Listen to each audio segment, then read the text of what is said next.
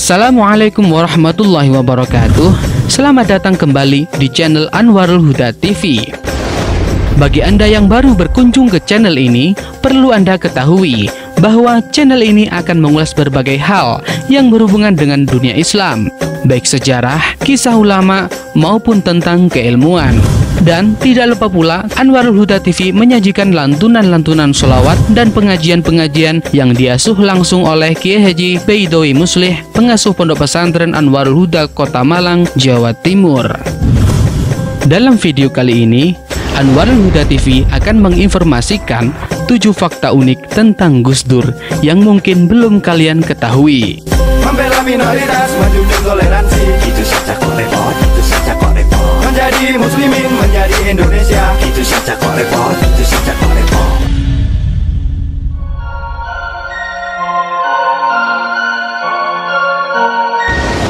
Lahir dari kalangan pesantren.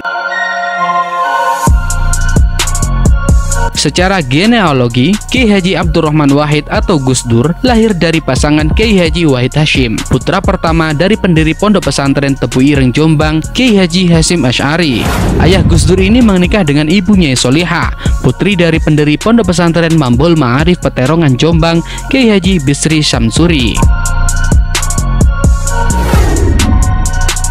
Gus Dur sendiri lahir di kota Jombang, Jawa Timur pada tanggal 7 September 1940 dengan nama Abdurrahman Ad-Dakhil yang berarti sang penakluk. Dan kemudian Kiai Haji Abdurrahman Wahid ini lebih dikenal dengan panggilan Gus Dur. Istilah Gus adalah panggilan kehormatan khas pesantren kepada anak kiai. Jadi, tidak mengherankan kalau Gus Dur bisa menjadi orang besar dan dikagumi oleh banyak orang.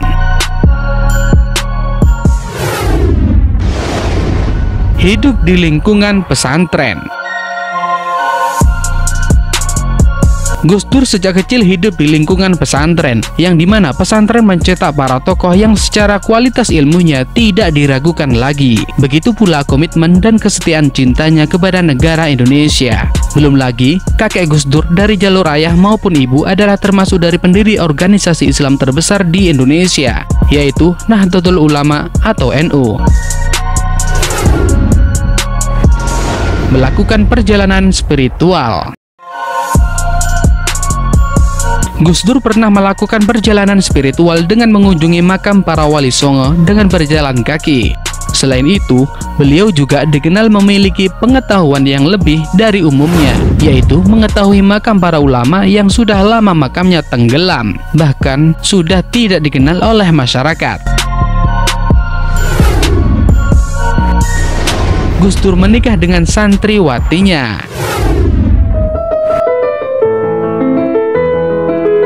Gus Dur menikah dengan Ibu Sinta Nuria yang dulu ternyata murid Gus Dur sendiri ketika masih mondok di pesantren Bahrul Ulum Tambak Beras, Kabupaten Jombang. Tetapi yang menarik ketika akad nikah mempelai prianya, Gus Dur sendiri tidak bisa hadir karena masih kuliah di Universitas Al-Azhar Kairo, Mesir. Sehingga yang mewakili calon mempelai adalah kakek Gus Dur dari jalur ibu, yaitu Kiai Haji Bisri Syamsuri. Sontak, hal tersebut membuat heboh masyarakat karena masyarakat mengira Sinta menikah dengan kakek Gus Dur. Merasa belum sepenuhnya menikah, akhirnya keduanya sepakat menikah lagi setelah sama-sama lulus kuliah. Dari pernikahannya tersebut, Gus Dur dan Sinta Nuria dikaruniai 4 putri, yaitu Yeni Wahid, Alisa Wahid, Anita Hayatun Nufus, dan Inayah Wulandari. Kegemaran Gus Dur. Menjadi seorang pemimpin harus banyak membaca dan menulis. Gus Dur ketika kecil sangat gemar membaca, bukan hanya tentang agama, bahkan buku-buku umum banyak yang sudah beliau baca, terutama bukunya Karl Marx selesai dibacanya. Sehingga ketika Gus Dur menjadi presiden, banyak sekali kebijakan yang itu tidak asal-asalan. Karena Gus Dur gemar membaca, maka ilmu pengetahuannya juga luas. Begitu Gus Dur dilengsarkan dari kursi presiden, Gus Dur semakin aktif menulis di koran-koran. Apabila ingin mengenal dunia, maka membacalah. Dan apabila ingin dikenal dunia, maka menulislah. Wafatnya Gus Dur. Ternyata wafatnya seorang Gus Dur bisa menghidupi orang hidup. Apalagi ketika Gus Dur masih hidup, pasti berkah dan manfaatnya jauh lebih besar. Hal ini bisa dibuktikan sebelum dan sesudah Gus Dur wafat. Bahwasannya rombongan yang berziarah ke kompleks makam Masyayikh Tebu Ireng termasuk sepi dan masih bisa dihitung dengan jari. Sedangkan sesudah Gus Dur wafat, seakan-akan berbanding terbalik. Hampir setiap hari di kompleks makam Tebu Ireng selalu ramai.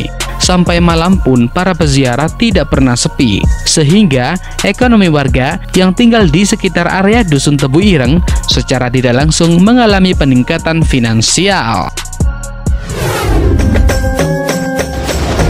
Gus Dur Bapak Pluralisme.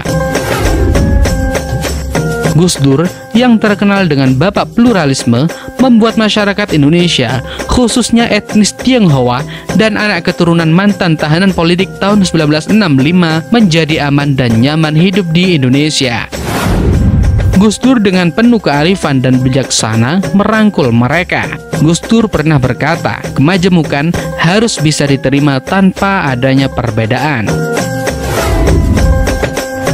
Itulah fakta menarik Gus Dur atau Kiai Haji Abdurrahman Wahid. Semoga dengan adanya video ini bisa memberikan wawasan dan juga pengetahuan bagi segenap penonton sekalian. Welas asih telah kau sebarkan menjadi api yang tak akan padam. Semoga kami bisa mengamalkan kemanusiaan yang telah kau ajarkan.